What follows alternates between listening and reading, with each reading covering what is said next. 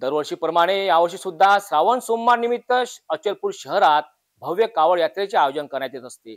यावर्षी सुद्धा पूर्णा नदीतून महादेवांचे भक्त कावड घेऊन मोठ्या संख्येने सहभागी होतात। यावेळेस रायपुरा, अचलपूर, गांधीपूल व बुंदिलपुरा येथील कावड आयोजकांनी मोठ्या संख्येने सहभाग घेतला। 6 कावड एकाच वेळी सहभागी झाल्याने अचलपूर शहर नगरी दुमदुमली। या दरम्यान भाजपा जिल्हा ग्रामीण उपाध्यक्ष ठाकूर प्रमोद सिंह गडरेल व शक्ती फाउंडेशनचे अध्यक्ष श्याम सिंह गडरेल यांनी कावडचे भव्य स्वागत केले। अनेक कावडचा सहभाग असल्याने पोलिसांचा सुद्धा मोठा बंदोबस्त येथे दिसून आला। कावडचे अचलपूर शहरात ठिकठिकाणी भव्य स्वागत करण्यात आले। ही पारंपरिक कावड यात्रा शांततेत व शिस्तीत तापे भारती मठावर पोहोचली। येथे भोलेनाथ शिवलिंगावर सर्वांनी जलाभिषेक केला। याचाच आढावा घेतला आमचे अचलपूर येथील प्रतिनिधी नितेश किल्लेदार यांनी।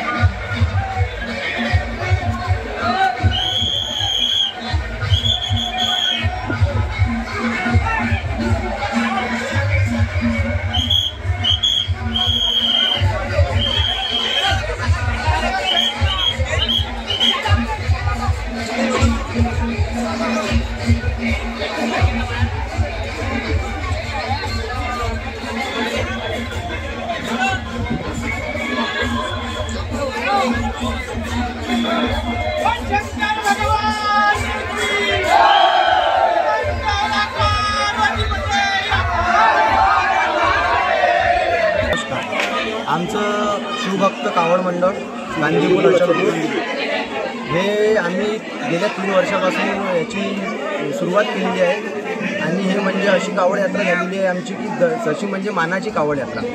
आमची हे कावड यात्रा पारंपरिक रीतीने गांधीग्रामवरून पाणी आणून सिटी हायस्कूल झेडपी हायस्कूलपासून आमची कावड निघते। त्यानंतर आमची कावड निवडी चावल मंडी आणि गांधीपूर होऊन